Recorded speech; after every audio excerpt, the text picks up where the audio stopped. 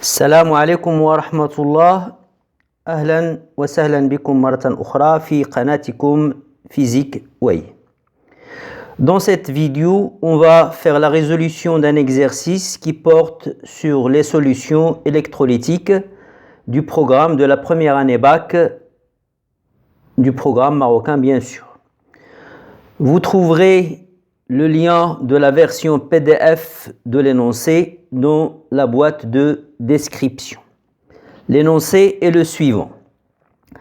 Pour préparer un volume V égal à 300 ml d'une solution S1 de sulfate d'aluminium Al2SO4 de concentration massique C1M égale à 34,2 g par litre, on dissout une masse M de ce composé ionique dans l'eau distillée.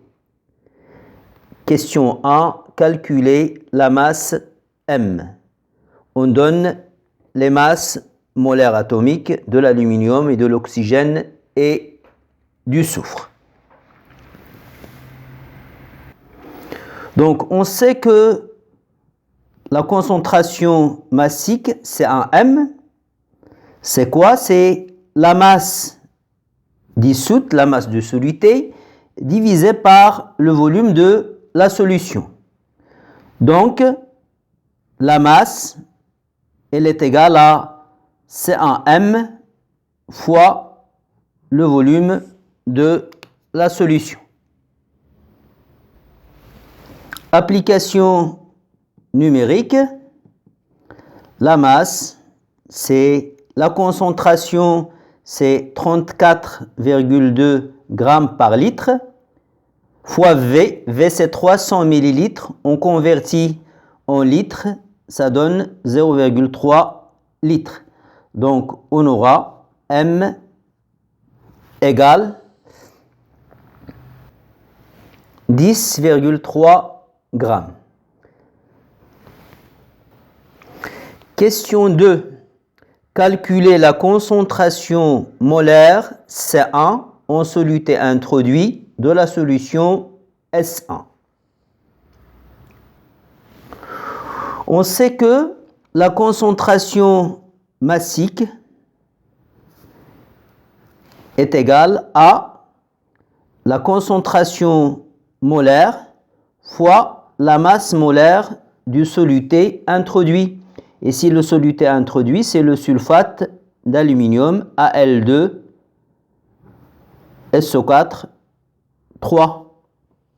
Donc, C1 sera égal à C1M.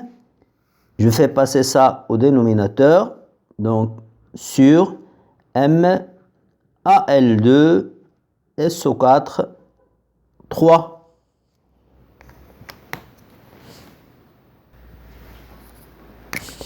Et on passe à l'application numérique. C1, c'est C1M. On l'a, c'est 34,2. Et la masse molaire, on la calcule, c'est 342 g par mol. Donc, C1 est égal à 10 à la puissance moins 1 mol par litre. Question 3. Calculer les concentrations molaires des ions sulfate et des ions aluminium dans la solution S1.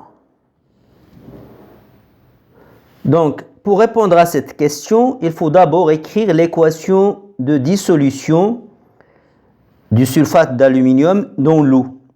Quand on introduit le sulfate d'aluminium dans l'eau, il se dissout.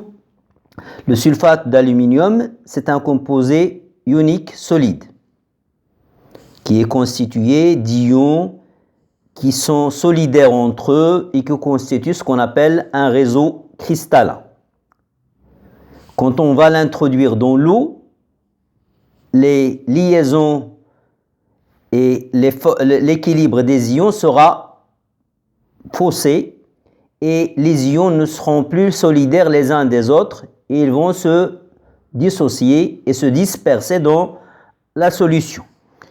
Donc, le composé, là, je vais écrire l'équation qui traduit cette opération. C'est ce qu'on appelle l'équation de dissolution.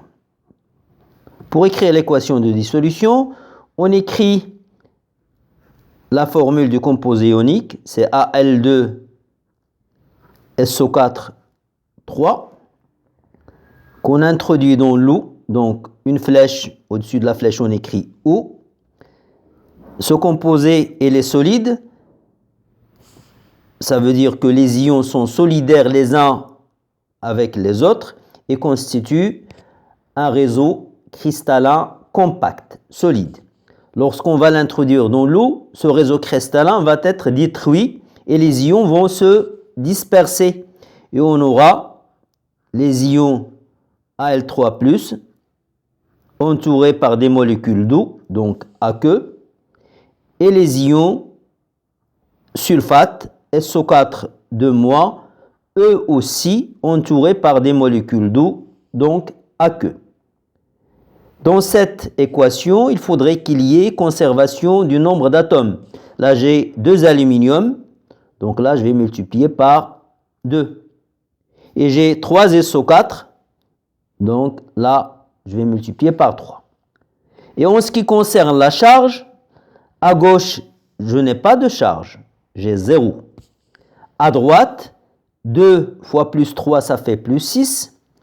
3 fois moins 2, ça fait moins 6. Plus 6 moins 6, ça fait 0. Donc, la charge est conservée. Pour calculer les concentrations des ions Al3+ et SO4 2- dans la solution, il faut dresser le tableau d'avancement de cette équation de dissolution. Donc là, on a le tableau d'avancement. Là, c'est l'équation de la dissolution.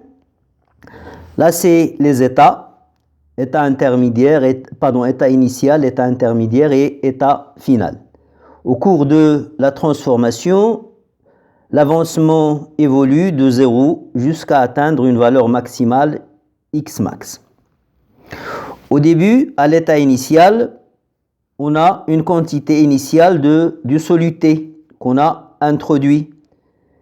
Or, on sait que C1, c'est quoi? C1, c'est la quantité introduite de Al2 SO4 3 divisé par le volume. Donc, cette quantité initiale de Al2 SO4 3, c'est C1 fois V. Donc ici, je vais écrire directement la quantité initiale, c'est C1 fois le volume de la solution. Et les produits, c'est 0, 0, puisqu'on est dans l'état initial. Il n'y a pas encore de dissolution. À l'état intermédiaire, c'est 1 fois V. Là, on a 1, donc c'est moins X. Là, on a 2, donc ici, ça sera 2X. Là, c'est 3, 3X. Et à l'état final, on aura X égale à X max, donc on aura C1V moins X max, 2X max et 3X max. On va commencer par la concentration de Al3+. La concentration de Al3+, à l'état final bien sûr, c'est la quantité de matière de Al3+, sur le volume. Or, la quantité de matière, c'est quoi? C'est 2xm. Donc, c'est 2xm sur le volume. Maintenant, cherchons xm. Là, l'eau, il est en excès, c'est le solvant. Donc, c'est le soluté qui est limitant. Donc, à la fin de la dissolution, bien sûr, si l'eau est vraiment en excès, C1 fois V moins X max sera égal à 0. À la fin de la dissolution, il n'y aura plus de sulfate d'aluminium solide. Donc, on a C1 fois V moins X max égale 0. Donc, X max, est égal à C1 fois V, relation 2. En remplaçant 2 dans 1, on aura, donc 1 et 2 vont me permettre d'écrire concentration des ions Al3+ dans la solution égale 2 fois C1 fois V sur V. On simplifie le V. Donc finalement, on aura concentration de Al3+ égale à 2 C1. Implique concentration de Al3+. C1 c'est 10-1, donc c'est 2 10-1 mol par litre. Concentration de SO4 2-. Concentration de SO4 2-, de la même façon, c'est la quantité de SO4 2- à l'état final. Or là, c'est l'état final. Là, c'est SO4 2-, donc cette case nous donne la quantité de matière de SO4 2- à l'état final. C'est 3x max. 3x max sur V. Or, x max, je l'ai, elle est là, c'est C1 fois V. Le V va se simplifier, donc j'aurai SO4 2- égale 3 fois C1. Application numérique. 3 10-1 mol par litre.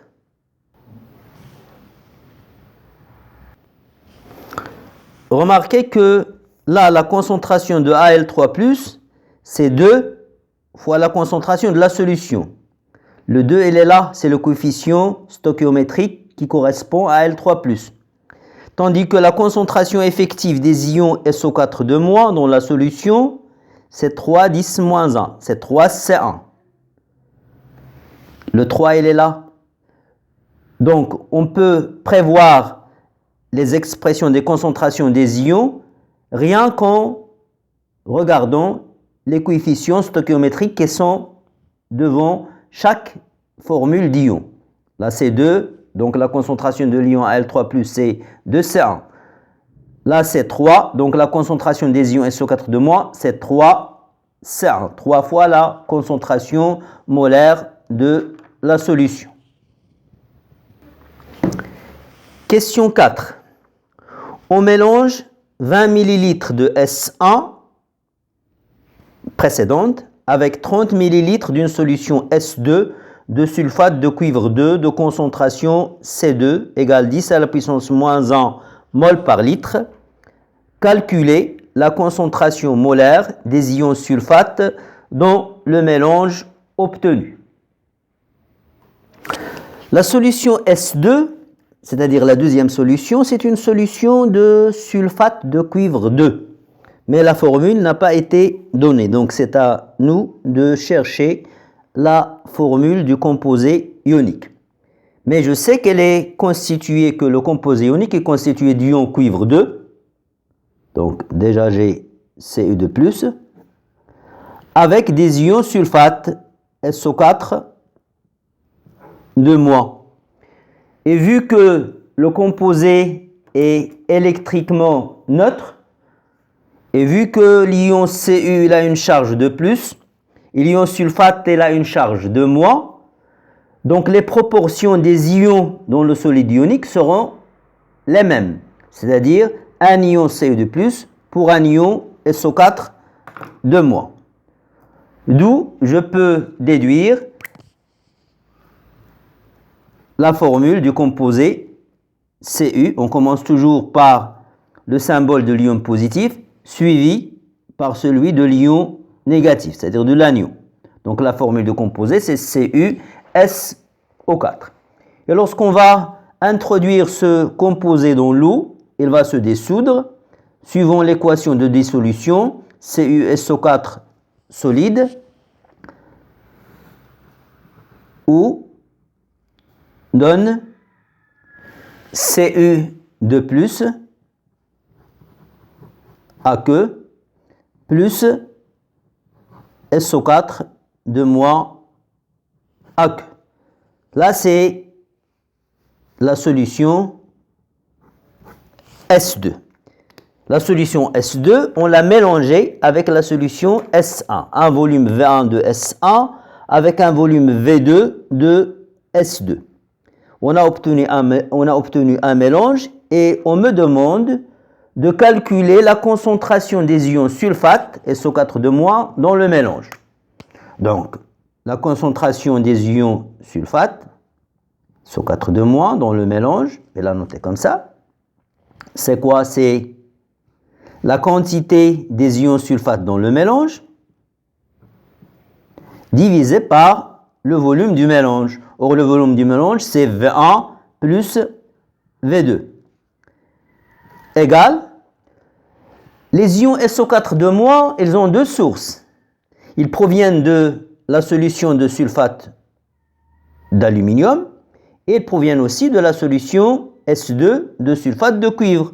Donc ce N, c'est Na SO4 de moins qui provient de la solution S1 plus la quantité N2 de SO4 de moins qui provient de la solution S2. Tout ça sur V1 plus V2.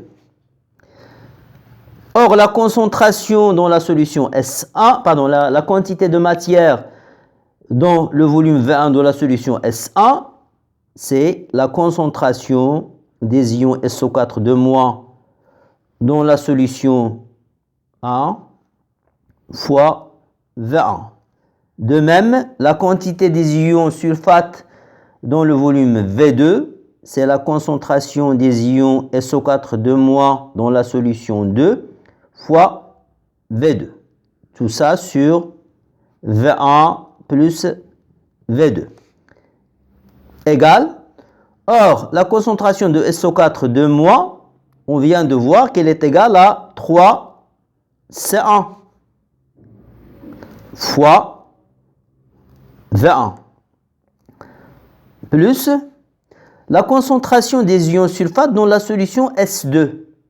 Remarquez ici, on a un coefficient 1. Là, 1. Donc, la concentration des ions sulfate dans la solution S2, c'est 1 fois C2, la concentration de S2. Donc, c'est C2 fois V2. V1 plus V2.